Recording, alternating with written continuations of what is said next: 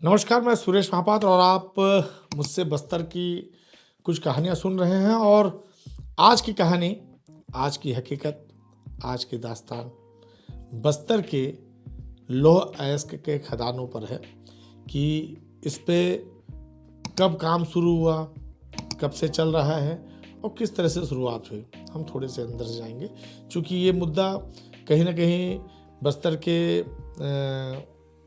खनन उद्योग से जुड़ा हुआ है और नक्सलियों पर ये आरोप लगता रहा है या सरकार पे आरोप लगता रहा है कि नक्सली उन सभी इलाकों में अपना एक प्रभुत्व जमा कर बैठे हैं जहां पर खनन को लेकर के बड़ी एक चुनौतियां हैं और आदिवासियों की जो रहवास का जो क्षेत्र है वो बड़े घेरे में आता है। यानी यदि खनन की प्रस्ताव होंगे और खनन किया जाएगा तो उसका एक सीधा असर आदिवासियों के जीवन शैली और जंगल और तमाम चीज़ों पे पड़ेगा। इस विषय को लेकर आज हम बात करेंगे। तो सबसे पहली बात यह है कि भारत की आज़ादी 1947 में हुई, ये सबको पता है। 1950 में देश का संविधान लागू हुआ, ये भी पता है। 1958 में भारत सरकार ने पहली बार राष्ट्रीय खनिज विकास निगम का गठन किया। इसे जिम्मेदारी दी गई कि देश के जितने भी ऐसे इलाके हैं जहां पर खनिज संपदा है उसका पता लगाया और उसके खनन करने की प्रक्रिया को उसके माध्यम से पूरी की जाएगी। 1958 में ये प्रक्रिया शुरू हुई और एक प्रकार से 1965 के आसपास बैलाढीला का जो इलाका है वो ये माना गया कि वो वहाँ पर लौह अयस्क की प्रचुरता है और भारत को विदेशी पैसे की दरकार थी, विकास के लिए बहुत सारी चीज़ों की दरकार थी। तो यहाँ से बस्तर की एक नई शुरुआत हुई और बस्तर की नई शुरुआत में एनएमडीसी की पहली भूमिका लिखी गई। 1977 से बस्तर के बैलाढीला में खदानों का खनन का काम शुरू हुआ एनएमडीसी के माध्यम से। इससे पहले जो सबसे बड़ी चुनौती थी उस बैलाढीला के उन पहाड़ी इलाकों तक पहुंचना, उनका पहुंच बनाना और लौह अयस्क का खनन के बाद उसके ट्रांसपोर्टिंग की जो व्यवस्था, क्योंकि रायपुर से बस्तर तब तक इस तरह की पूरी व्यवस्था नहीं थी कि सड़कें सामान्य थी, किस तरह से ले जाया जाएगा, रेल लाइन था नहीं। और कई दफ़े ये भी बात बाहर आती है कि केस काल के आसपास एक रेल लाइन देखी गई और ये माना गया कि संभवतः अंग्रेज़ों ने रेल लाइन का निर्माण किया था और उससे बस्तर के वन संपदा का दोहन किया गया, पर यह बात पूरी तरह से सही नहीं है। दरअसल बस्तर साल वनों का द्वीप रहा माना जाता है और यहाँ पर साल के बड़े बड़े सैकड़ों साल पुराने वृक्ष सदियों से खड़े थे। इन वृक्षों को इस तरीके से माना गया कि इसके जो स्लीपर काटे गए, ये स्लीपर रेल लाइन में पटरियों के नीचे बिछाने के काम में आए। तब सीमेंट से पटरियां नहीं बनती थी, तब सीमेंट उस तरह से था नहीं, तो लोहे की पटरियों के नीचे लकड़ी के स्लीपर लगाए जाते थे। ये लकड़ी के स्लीपर बस्तर के साल वनों के थे और इसके ट्रांसपोर्टिंग के लिए एक छोटी सी व्यवस्था की गई थी। और यही व्यवस्था इसलिए की गई चूँकि यदि लोहे अयस्क का खनन यदि किया जाएगा तो वो किस तरह से होगा।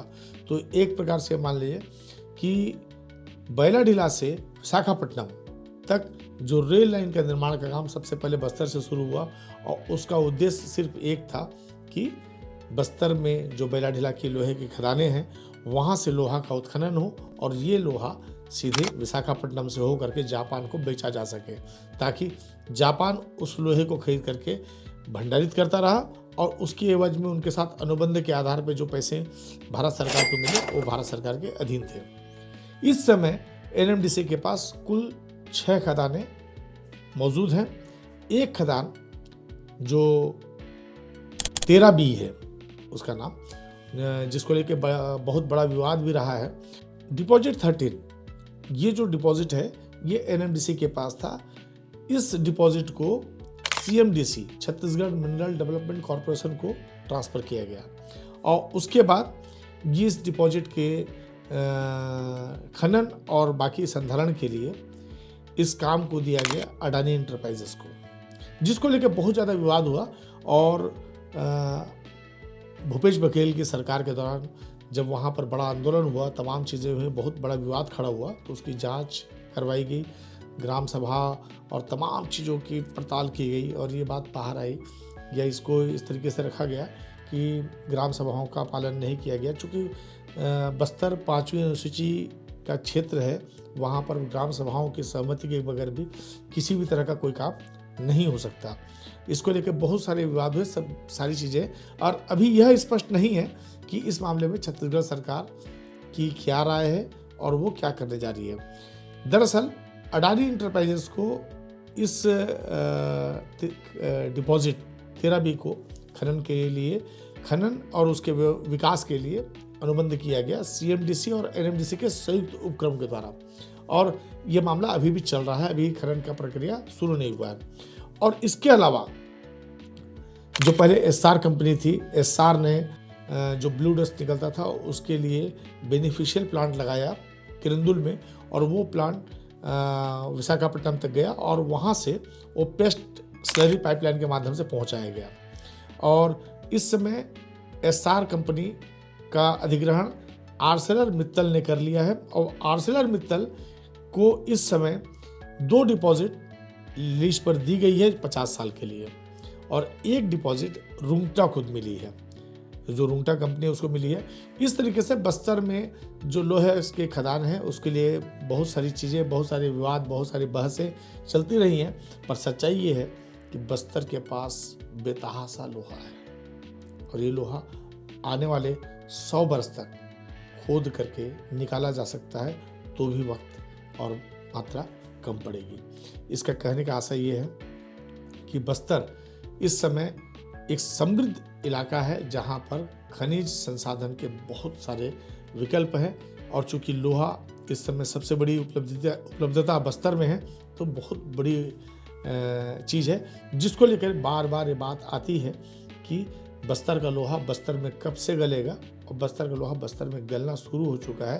नगरनार में NMDC द्वारा जो स्टील प्लांट लगाया गया था, उस स्टील प्लांट ने उत्पादन शुरू कर दिया है, और आने वाले समय में इस बात को लेकर के बड़ी शंकाएं और बहुत सारी बहसें चल रही हैं। क्या कई सारी निजी कंपनियां बस्तर में स्टील प्लांट लगाएंगी, उससे बस्तर के पर्यावरण पर किस तरह का असर पड़ेगा, ये अलग चिंता का विषय है।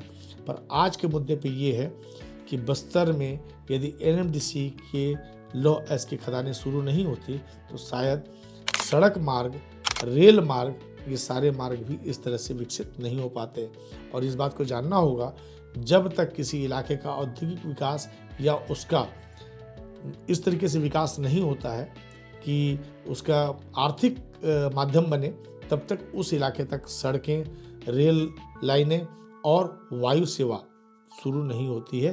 और बस्तर के समय अभी भी यदि वही स्थिति होती तो बैलगाड़ी और सिंगल सड़कें होती, चौड़ी चौड़ी सड़कें और तमाम जो सुविधाएं हैं वो इसलिए शुरू हो पाई क्योंकि हमारे पास बैला ढेला के पहाड़ियों में 65% से ज़्यादा लौह अयस्क वाला खदान उपलब्ध है।